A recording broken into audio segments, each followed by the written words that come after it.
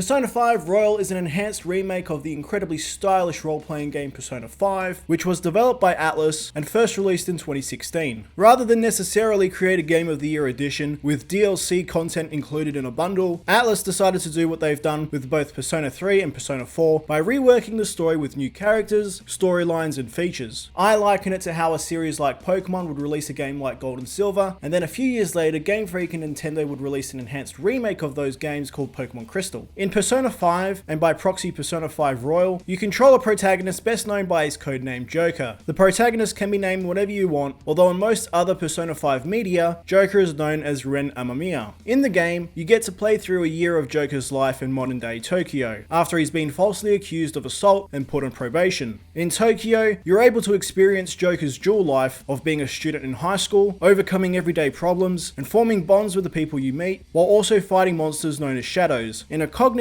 realm called the Metaverse, where Joker and his growing party of friends are able to summon their personas, physical representations of their true psyches. Personas operate in the game in a similar manner to Pokemon, where each persona can learn different abilities and attacks to fight the different shadows and cognitive beings that Joker and friends encounter throughout the game. Joker and his persona-wielding friends go on to form the Phantom Thieves of Hearts, a group which enters the Metaverse and attempts to change the hearts of corrupt and abusive people who've built up distorted perceptions of reality in their subconscious. It sounds like a lot to take in, but thankfully Persona 5 Royal gradually introduces these elements over the course of its 100+ hours story, so as not to bombard you with too much story or too many game mechanics at once. While the marriage of social simulator and dungeon crawling role-playing game may seem odd, Atlus has spent all these years mastering this formula and weaving the two sides of the game together, where choices made in Joker's school life will have drastic effects on his Phantom Thief life and vice versa. Much like in anime, Persona 5 Royal is broken up into story arcs, where each arc sees Joker meet new friends and brand new villains, inspired by the 7 deadly sins, who all play a part in the greater narrative being told, where themes and elements such as philosophy, psychology, spirituality, and religion are all masterfully integrated. As you'll play, you'll get to meet a lovable cast of characters, all with their own thoughtfully crafted personalities and goals that you get to see evolve as the game progresses. While you'll see these characters develop over the course of the main story, you have the opportunity to build on Joker's personal relationship with the characters individually through the Confidant system, where you can hang out with these characters in different parts of Tokyo, or sit down and let them confide their thoughts and emotions with you. The benefit to these activities will see that Joker eventually unlocks certain perks, like a massage from a maid, which lets you spend more time out in the city after a day in the Metaverse, or the ability to switch out party members during a battle. Additionally, maxing out these Confidant storylines will provide Joker with access to new personas, which can be fused to create even stronger personas. And for returning players from Persona 5, you'll notice that the Confidant storylines have been tweaked from the original, with some of the perks being improved upon considerably, like Ryuji's insta-kill, or having Akechi's Confidant be completely reworked. While the main story does a fantastic job of introducing these characters and getting you to fall in love with them, it's these individual Confidant storylines where you'll really become invested in the lives of these characters, as you get to personally help them grow as people through meaningful dialogue options and choices, and in turn watch them overcome their very real and believable problems or make steps towards their dreams. These Confidant storylines vary for each person that Joker meets, where he may help someone rediscover their passion for running or painting. He may also play a part in saving someone's career or help them in learning to accept themselves after past traumatic events. Thankfully, Atlus handles these topics and storylines in an incredibly mature and meaningful way, where Joker is used to help guide these people to their goals and self-betterment rather than necessarily acting as their savior with all the answers. The thing is, you also have a set number of days to try and see all these storylines and do as much as you can to build your characters, and it's that time management aspect of the game where the real difficulty of Persona 5 Royal lies, especially if you aren't playing with a guide. Thankfully, many of the stats from your first playthrough will transfer to a New Game Plus playthrough, making it much easier to complete everything the game has to offer. Plus, the social life gameplay has been rebalanced from Persona 5, with more opportunities to go out for activities, and with the game's cat mascot Morgana telling you far less often to go to bed. Experienced Persona and RPG players shouldn't have too much trouble leveling up and battling the game's monsters and defeating bosses within set time periods, as Persona 5 is considerably more forgiving difficulty-wise than previous Persona entries, plus the difficulty can be changed at almost any time. Thankfully, with Persona 5 Royal, Atlus has managed to tweak and improve upon the original Persona 5 in a number of ways that for me personally has made Persona 5 Royal to easily be the definitive version of Persona 5. In Persona 5 Royal, you get access to a number of new locations and hangout spots to visit around Tokyo, like a brand new jazz club, which all help in boosting your social stats, namely knowledge, guts, charm, kindness and proficiency. As you're building these skills throughout the game, the more activities and confidants you'll have access to. Additionally, activities such as billiards and darts have been added to the game, which can be used to level up your technical attacks and baton passes, which have been completely overhauled and improved upon from Persona 5. Now when you perform a baton pass during a battle and switch to a party member, you'll get certain stat buffs based on what baton pass level you are with that character. Battles have been reworked and balanced considerably as well, with some fun additions such as Disaster Shadows, giving you a chance to wipe out all enemies at once, while some characters have access to a Showtime attack, which is a flashy new finisher which pairs different characters up for these incredibly over the top and entertaining moves. Of course, the iconic all-out attacks make a glorious return, with Futaba finally getting one of her own. The mysterious Velvet Room, where you can fuse and create stronger personas, has seen a significant upgrade from Persona 5 as well, where occasionally you'll gain access to fusion alarms, which if you're lucky, may leave you with a far stronger persona than you'd intended to create, or discover a number of other surprises. On top of this, special challenge battles can now be accessed through the Velvet Room, and while most of these are relegated to DLC, they do offer some fun fan service for long-time Persona fans, like some familiar faces from previous Persona entries. Other new additions include a great new Grappling Hook, which lets you traverse around the game's reworked palace dungeons in some incredibly entertaining ways, letting you search for one of the game's new collectible items called Will Seeds, which can be taken to one of the new characters, Jose, who will transform these Will Seeds into items with powerful buffs that you can equip to your party members. The game's randomly generated dungeon mementos has been significantly expanded and reworked as well, with brand new areas to explore, terrifying deviation events that occur every now and then, as well as collectibles like stamps to find, which you can use to boost how much experience or money you receive when fighting through mementos. All these quality of life changes make a monumental difference in the enjoyment of Persona 5 Royal, and prevents the game from ever getting too annoying or repetitive, especially since this is a game you'll be sinking dozens of hours into. With Persona 5 Royal, Atlus has made tremendous effort in optimizing the game for the PS4, with better graphics and improved character models, making the cutscenes feel a little more fluid without being held back by what were essentially upscaled PS3 textures. Focusing on making Persona 5 Royal for the PlayStation 4 has also resulted in updated character portraits for all the characters and dialogue scenes, while the stylish menu system pops to life more than ever. One of the best new features that Persona 5 Royal introduces is the Thieves Den, a hub area accessed outside of the main game where you can view the game's many cutscenes, concept art, and all your achievements from playing the game. The area can be customized with different themes and music that can be unlocked through in-game coins. The Thieves Den also has its own achievement system, separate from the usual list of trophies. These unique achievements are pretty fun to unlock, and if you want them all, they'll absolutely require multiple playthroughs of the game to get. Otherwise, you can also just spend your time in the Thieves Den playing card games with the Phantom Thieves. Of course, the biggest new addition to Persona 5 Royal is the much discussed third semester, and the new confidant characters Kazumi and Maruki. While the game does a fine job of weaving their storylines through the plot of Persona 5, much of their involvement is relegated to the third semester, which you can actually miss if certain requirements aren't met throughout the game. Normally, I'd be a little peeved having to play through the same game to get most of the new content. However, I truly believe it goes without saying the third semester story and content is easily the best part of the game. The new story is fascinating, with some genuinely moving and emotional moments that'll be a welcome treat for returning players. The stakes are far more personal in the third semester, allowing for some added closure with some characters that I didn't even realize that I needed. On top of this, the third semester palace is easily the best one in the game, with a fantastic final boss. Which is saying a lot, as some of the palaces in the game, like the spaceport and bank palaces, can definitely still irritate due to their repetitive nature and design, despite some improvements. And I'd be remiss not to talk about the music, which as expected is excellent. It is always a pleasure listening to the game's singer Lyn roar to life with the classic Last Surprise tune, although thankfully a number of new battle tunes have been added to mix things up. Songs like Take Over, I Believe, and Prison Labor are just some of the songs that I can't get out of my head. They're just that good. Persona 5 Royal, in my opinion, is easily the best version of Persona 5. It'd be pointless at this stage to go back to the original Persona 5 when Atlus has done so much to improve upon it. Persona 5 Royal is a special game with a lovable group of characters that you won't forget anytime soon, and by the credits roll, you'll genuinely feel like you've lived a life with these characters. And I guess that's the main appeal of these Persona games, getting to spend time in this imaginative version of Tokyo with these well-rounded and relatable characters. I love my time with the game so much, I even wound up getting the Platinum Trophy for it. So believe me, if you're someone who's come over from Super Smash Bros., playing as Joker in that game for the past year, or you're in the mood for a game that'll capture you with its spirit and style, while making you grow along with its its wonderful characters, with a thoughtful story that absolutely earns all of its best moments, then Persona 5 Royal is absolutely one of the best games you can be playing right now. Persona 5 Royal gets a 10 out of 10 from me, and a Mono's Choice Award. Guys, I hope you like this review. If you want to see more reviews just like this one, stay right here for your Mono Fix. Bye guys.